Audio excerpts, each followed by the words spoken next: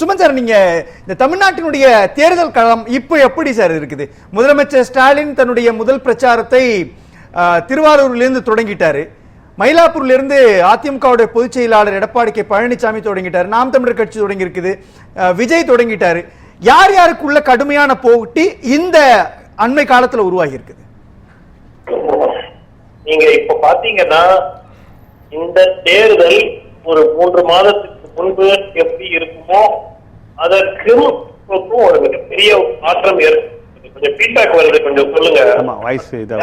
தொழில்நுட்பம் பாக்குறாங்க, சொல்லுங்க சார். முதல்ல 3 மாசத்துக்கு முன்னாடி எல்லாரும் என்ன பேசிட்டு இருந்தாங்க? திமுக கூட்டணி ஜெயிக்க போகுது, பெரிய மார்ஜினா சின்ன மார்ஜினான்னு. இன்று இந்த நான் இன்ஃபேக்ட் லாஸ்ட் ஒரு 2-3 நாட்களில் 3 அனலிஸ்ட், அதாவது சாரி போல்ஸ்டர்ஸ் கிட்ட நான் பேசிட்டேன். சர்வே பண்ணிட்டு இருக்கிற நபர்கள், களத்துல வந்து ஃபீட்பேக் வாங்கிட்டு இருக்கிறவங்க கிட்ட எல்லாரும் சொல்ற ஒண்ணுதான், சார் இந்த மாதிரி கன்ஃபியூஸ்டா இருந்ததே கிடையாது. ஏதாவது ஒரு டைரக்ஷன் கிளியரா தெரியும், எந்த டைரக்ஷனும் தெரியல, எங்க போகுது ஒவ்வொரு 2 ப்ராப்ளம் இதுல. ஒன்று 80% ஆஃப் கான்ஸ்டிடுவன்சிஸ்ல இது இருமுனை போட்டி, திமுக plus versus Anna DMK plus, அவ்வளவுதான். ஒரு 10-15% அர்பன் கான்ஸ்டிடுவன்சில தாவேகாவுக்கு ஓரளவு கொஞ்சம் வாக்குகள் கிடைக்கும். ஒரு கணிசமான அளவுல வாக்குகளை பிளக்கக்கூடிய ஒரு சக்தியாக தாவேகா இருக்கும். 4 முனை போட்டிங்கிற ஆப்ஷனே இல்லை. ஏன்னா நாம் தமிழர் கட்சி நான் கேள்விப்பட்டவரை கிட்டத்தட்ட அவங்க 8% இருந்து 4 அல்லது 5% வாக்குகள் தான் இந்த எலெக்ஷன்ல கிடைக்கக்கூடிய ஒரு சிச்சுவேஷன்ல இருக்காங்க. மெயின் பாத்தீங்கன்னா எந்த தொகுதிகளில் அர்பன் கான்ஸ்டிடுவன்சி, ரூரல் கான்ஸ்டிடுவன்சில தாவேகாவுக்கு அவ்வளவு பெரிய தாக்கம் இல்லை. கொஞ்சம் ஓட்டு வாங்குவாங்க, அதை பத்தி நான் சொல்லல, பட் பெரிய ஒரு இம்பாக்ட் இருப்பதற்கான வாய்ப்பு இல்லை. எசென்சியலா இது ஒரு இருமுனை போட்டி தான். திமுக கூட்டணிக்கும் அண்ணா திமுக கூட்டணிக்கும் இடையே ஆன ஒரு இருமுனை போட்டி. ரெஸ்பான்சிபிலிட்டி என்னவா சார் இருக்கும்? தாவேகா நேற்றைக்கு பெரம்பூர்ல பிரச்சாரத்தை தொடங்கும் பொழுது வில்லிவாக்கத்தில் அவங்களுடைய பிரச்சாரத்திற்கு அனுமதி கிடைக்கல, அவங்க மக்கள் நலன் கருதி நாங்கள் பிரச்சாரத்தை ரத்து பண்றோம் அப்படின்னு சொல்றாங்க. ஒரு வகையான நெருக்கடியை திமுக அரசாங்கம் கொடுக்குதுன்ற விமர்சனத்தை வெளிப்படையா வைக்கிறார் இல்லையா? அப்போ எப்படி முதலமைச்சர் ஸ்டாலின் தமிழ்நாடு வெர்சஸ் டெல்லின்றாரு, நீங்க திமுக வெர்சஸ் அதிமுகன்றீங்கல்ல? கன்ஃபியூஸ்ட் ஆகுதுலங்க? ஒரு கன்ஃபியூஷன் கிடையாதுங்க. தாவேகா தொடர்ந்து இதுக்கு பர்மிஷன் கொடுக்க மாட்டேங்கிறாங்க, அதுக்கு பர்மிஷன் கொடுக்க மாட்டேங்கிறாங்க. இது பல முறை, இது முதல் முறையா அது பர்மிஷன் கொடுக்கலங்கிறது நேத்து வரல. இது வந்து கிட்டத்தட்ட ஒரு 3 மாசமாவே இதுக்கு பர்மிஷன் இல்ல, அதுக்கு பர்மிஷன் இல்லன்னு போய் சொல்லிக்கிட்டே இருக்கிறாங்க.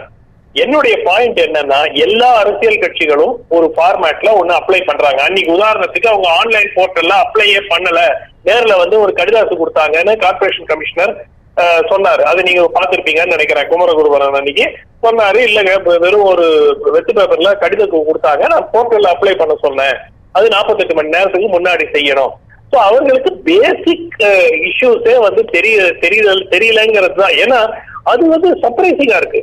ஏன்னா அப்ப செங்கோட்டையன் போல ஒரு 50 ஆண்டு காலம் அனுபவம் இருக்கக்கூடிய ஒரு அரசியல் தலைவர் அந்த அணியில இருக்கும் போது எப்படி இந்த மாதிரி ஃபண்டமெண்டல் மிஸ்டேக்? எவ்வளவு நாளைக்கு நீங்க பர்மிஷன் கொடுக்கல நாங்க பிரச்சாரமே செய்ய மாட்டோம் நிறுத்திடுவீங்களா? என்ன லாஜிக் இது? சோ இது வந்து தாவேகாவை பொறுத்த வரைக்கும் என்னுடைய எதிர்பார்ப்பு சில அர்பன் கான்ஸ்டிடுவன்சி, சென்னை சுத்து வட்டார பகுதி, அதே மாதிரி திருச்சி சுத்து வட்டார பகுதி, கோவை, சில இடங்களில் ஓரளவுக்கு ஒரு ஒரு ஒரு தாக்கத்தை ஏற்படுத்துவார்கள். கிராமப்புறங்களில் பெரும் தாக்கம் இருக்க போவது இல்லை. அதனாலதான் இதுல என்ன ஆகுதுன்னா, ஆன்டி இன்கம்பன்சி எவ்வளவு இருக்கு. 2வது உட்கட்சி பூசல் எல்லா கட்சியிலும் இருக்கு. திமுக இருக்கு, அண்ணா திமுக இருக்கு. சார் புரியுது, எனக்கு புரியுது. நீங்க சொல்ற மாதிரி பாஜக அதிமுக தலைமையிலான இந்த கூட்டணிக்கும் திமுகவுக்கும் இடையிலான போட்டின்னா, திமுக ஒரு மெகா அலையன்ஸ் ஃபார்ம் பண்ணிருக்காங்க, அதிமுக கிட்ட அந்த மெகா அலையன்ஸ் இருக்குதா? இந்த அலையன்ஸை வைத்து திமுகவை எப்படி அதிமுக பாஜகவால் வீழ்த்த முடியும் சார்? 2 பக்கத்திலையும் அலையன்ஸ் கட்சிகள் தான் வீக் லிங்க். திமுக கூட்டணி கட்சிகளுக்கு கொடுத்திருக்கிற கிட்டத்தட்ட அப்ராக்சிமேட்டா 60 இடங்கள் எடுத்துக்கிட்டோம்னா, அந்த 60-ல் 20-லிருந்து 25க்கு மேல் வின்னிங் சீட்டு மிகவும் கடினம். இந்த முறை அதுதான் நடக்க போகக்கூடிய ஒரு ஒரு பாசிபிலிட்டி. இந்த alliance partners R the week link. அதே மாதிரி அதிமுக சைட்ல பாஜக is the week link. So என்னன்னா அவங்களுக்கு பாஜகவை தவிர பாட்டாளி மக்கள் கட்சி ஓரளவுக்கு அவர்கள் எடுத்திருக்கிற சீட்ல கிட்டத்தட்ட ஒரு பாதிக்கு மேல ஜெயிக்கக்கூடிய ஒரு இடங்கள்ல இருக்கிறாங்க.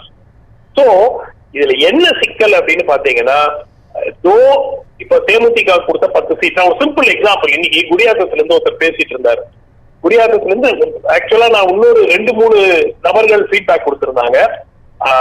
அவங்க சொன்னது ஒண்ணுதான், 2019ல திமுக இடைத்தேர்தலில் ஜெயிக்கிறாங்க. அதுக்கப்புறம் 2021ல நடந்த எலெக்ஷன்ல திருப்பி திமுக ஜெயிக்கிறாங்க. இந்த முறை அவர் சொல்றாரு, சார் அந்த சீட்டு திமுக போட்டி இருந்தா இல்ல உதயசூரியன் நின்றிருந்தா அந்த சீட்ல ஒரு வாய்ப்பு இருந்திருக்கும், தேமுதிக கொடுத்துட்டாங்க. அதனால அது எந்த அளவுக்கு அவர்கள் வெற்றி பெறக்கூடும் அப்படிங்கிறது ரொம்ப சந்தேகம். மேபி இப்போ ஏடிஎம்கேக்கு தான் எட்ஜ் இருக்கு அப்படிங்கிற மாதிரி ஒரு ஃபீலிங் வருது. சோ இது நடக்குமா நடக்காதா இதெல்லாம் வேறு விஷயம். பட் நிறைய இடங்களில் இந்த சிச்சுவேஷன் தான். அந்த 60 நீங்க சொல்ற மாதிரி ஒரு 60 கூட்டணி கட்சிகளுக்கு, அதாவது திமுக அதிமுக கொடுக்கப்பட்ட கூட்டணி கட்சிகளுக்கு ஒதுக்கப்பட்ட 60 இடங்கள்ல கடுமையான நெருக்கடி வந்துச்சுன்னா அந்த இடத்துல கெயின் யாருக்குன்ற கால்குலேஷன் வரும் இல்லையா? அதை பார்க்க வேண்டியது இருக்கு இல்லையா? அந்த இடத்துல தாவேகா கெயின் அடைஞ்சிச்சுன்னா தொங்கு சட்டமன்றம் அமையும் இல்லையா? அப்போ தாவேகாவும் மெயின் பார்ட்டியா வருவாங்க இல்லையா சார்? அளவுக்கு இடம் கிடைக்காதுங்க, ஜெயிக்கிற அளவுக்கு கிடையாதுங்க. விஜய் அவருடைய தொகுதி ஏதாவது ஒரு தொகுதியில ஜெயிக்கிறதுக்கு வாய்ப்பு இருக்கே தவிர வேற எங்கேயுமே வெற்றி பெறும் அளவுக்கு தாவேகாவுக்கு வாக்குகள் கிடைக்கும் என்று நான் நினைக்கவில்லை. வாக்குகளை பிளக்கலாம், கணிசமான வாக்கு சதவீதம் பெறலாமே தவிர ஜெயிக்கிற வாய்ப்பு என்று பார்த்தால் உங்களுக்கு முதல்ல ஒரு தேர்தல்ல விஜயகாந்த் மட்டும் தேமுதிக வெற்றி பெற்றார் இல்லையா?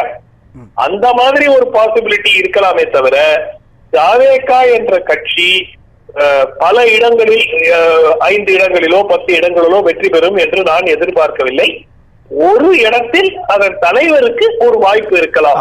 நீங்க அப்ப இன்னொரு புள்ளி சந்தேகம் வருது இல்லையா டாக்டர் சுமந்த்? இன்னொரு புள்ளி, ஒருவேளை திமுக அதிமுக அப்படின்னு களம் வந்துச்சுன்னா பாஜக எதிர்ப்பு அப்படின்ற விஷயத்துல திமுக கூர்திட்டி ஒரு பிரச்சாரத்தை கையில் எடுப்பாங்க இல்லையா? பாஜக எதிர்ப்புன்னு திமுக வைத்த தேர்தல்களில் எல்லாம் திமுகவுக்கு தானே வெற்றி கிடைச்சிருக்குது இல்ல. இப்போ முதல்ல ஒண்ணு புரியணும். அதனாலதான் திருப்பி திருப்பி திருப்பி திருப்பி அவங்க என்ன முயற்சி செய்யறாங்கன்னா, டெல்லி வர்சஸ் தமிழ்நாடு, என்டிஏ வர்சஸ் டிஎம்கே அப்படிதான் அவங்க கொண்டு போறாங்க. ஏன்னா அவர்களுக்கு தெரியும் திமுக வர்சஸ் அதிமுகனா இந்த முறை ஆன்டி இன்கம்பன்சி பேசிஸ்ல அதிமுகவுக்கு அட்வான்டேஜ் இருக்கு. அதனாலதான் திருப்பி திருப்பி பிஜேபி உள்ள வந்துடும். கடைசியில நீங்க இவ்வளவு திட்டங்கள் செஞ்சிருக்கேன்னு சொல்றீங்க, இவ்வளவு வாக்குறுதிகளை நிறைவேற்றுறேன்னு சொல்றீங்க. அதுவே ஒரு 3 ஒப்பீனியன் இருக்கு. ஒவ்வொரு தலைவரும், ஒரு தலைவர் கனிமொழி அவர்கள் 405 409 நிறைவேற்றிட்டோம் 505ங்கிறாங்க. இன்னொரு தலைவர் 460 470 நிறைவேற்றிட்டேங்கிறாங்க. ஆனா யாருமே டேட்டா வைஸ் அந்த ஒரு அக்கௌண்டா அந்த மாதிரி கொடுக்கல. அதை விடுங்க. மெயின் இஷ்யூ என்னன்னா கடைசியில எங்க நிக்கிறாங்க, பாஜக உள்ள வந்துடும். அதை வச்சு ஒரு 2 3 4 தேர்தல்கள் ஓடியாச்சு. இந்த முறை அந்த மந்திரம் மட்டும் வச்சுக்கிட்டு வெற்றி பெறுவது என்பது கடினம். என்னுடைய அந்த மந்திரத்தை வச்சுட்டு தான் 2019ல வின் பண்றாங்க, 2019 இடைத்தேர்தல்ல ஜெயிக்கிறாங்க, 2021 24 தொடர்ச்சியான வெற்றி பாஜக எதிர்ப்பு தானே சார்? அந்த கால்குலேஷன் இப்ப எப்படி மிஸ் ஆகும்னு கணிக்கிறாரு டாக்டர் சுமந்த்? 2019ல அதிமுக தங்க அரசை காப்பாத்திக்கிற அளவுக்கு ஜெயிச்சுட்டாங்கல்ல. இடைத்தேர்தல்ல அரசை காப்பாற்றிக் கொள்ளும் அளவுக்கு அவர்கள் வெற்றி பெற்று விட்டார்கள். அடிப்படையா ஒண்ணுதாங்க, ஆன்டி இன்கம்பன்சி இல்ல இல்ல இல்ல இல்லன்னு பேசுறது கிரவுண்ட்ல இப்ப போனாதான் தெரியுது கடுமையான ஆன்டி இன்கம்பன்சி இருக்கு. ஒரு விஷயம் மட்டும் புரிஞ்சுங்க, இந்த எலெக்ஷன்ல பெரிய ஒரு அலை வரணும்னு அவசியமே கிடையாது. 4000 வாக்குகள், 4300 வாக்குகள் ஒரு தொகுதியில, அதுவும் ஒரு 60 தொகுதிகளில் 4300 வாக்குகள் ஒரு பக்கத்திலிருந்து இன்னொரு பக்கம் போனா ரிசல்ட் மாறிடும். இது ஒரு பெரிய 1.25 லட்சம் 1.5 லட்சம் வாக்குகள் இருக்கக்கூடிய ஒரு நான் எந்த எக்ஸாம்பிள் எடுத்திருக்கிறேன்னா 2024 லேட்டஸ்ட் தேர்தல், அதுவும் பாராளுமன்ற தேர்தல். அத எக்ஸாம்பிளா அதுல திமுக கூட்டணி ஒரு அசுர வெற்றியை பெற்றது. அந்த ரிசல்ட்டை எடுத்து அதிமுக கூட்டணியும் தேசிய ஜனநாயக கூட்டணி வாக்குகளையும் ஒன்று கூட்டி அதுக்கு தேமுதிகவுடைய 0.5% கழித்து நீங்க கணக்கு பாத்தீங்கன்னா 4500 ஓட்டு. சரி வேணாம், புரிஞ்சுக்க முடியுது. ஆனா ஒரு சந்தேகம் வருது இல்லையா, 2024 தேர்தலினுடைய முடிவுகளினுடைய டேட்டா அடிப்படையில பாத்தீங்கன்னா நீங்க சொல்ற கால்குலேஷன் ஓகே, பட் அதே ஸ்ட்ரென்த்தோட தான் அதிமுகவுக்குள்ள இருக்குதான்ற கேள்வி வரும்பொழுது டாக்டர் ராமதாஸ் தனியா இருக்கிறாரு, சசிகலா இந்த தேர்தலை சந்திக்கிறதுக்கு வராங்க அப்படின்றப்போ அந்த கால்குலேஷன் அந்த ஈக்குவேஷன் எகெயின்ஸ்டா ஏடிஎம்கேக்கு போகும் இல்லையா? பாருங்க அவங்களுக்கு என்ன ஓட்டர் பேஸ் மருத்துவர் டாக்டர் ராமதாஸ் கேண்டிடேட் போடுவாரா? இன்னைக்கு ஒரு செய்தி பார்த்தா அவர்களுடைய கருத்து வேறுபாடு இருக்கிறது, அதனால என்ன ஆக போகுதுன்னு அது ஒன்றும் தெரியாது. பட் எது நடந்தாலும் இன்னைக்கு களத்தில் ஸ்ட்ராங்காக இருக்கக்கூடியது கட்சிகள் தான், திமுக அதிமுக. அங்கு ஆன்டி இன்கம்பன்சி செலக்ட் ஏரியாஸ்ல வந்தா அது நிச்சயமா அதிமுகவுக்கு ஆதரவா இருக்கும். நான் கேள்விப்பட்ட வரை ஒரு நோ கான்டெஸ்டா இருந்த ஒரு தேர்தல் 2 மாதத்துக்கு முன்பு இன்னைக்கு ஒரு கடும் போட்டியாக இருக்கிறது. இது எந்த பக்கம் போகுங்கிறது இட்ஸ் டூ ஏர்லி. அங்கதான் டாக்டர் எனக்கு சந்தேகம்.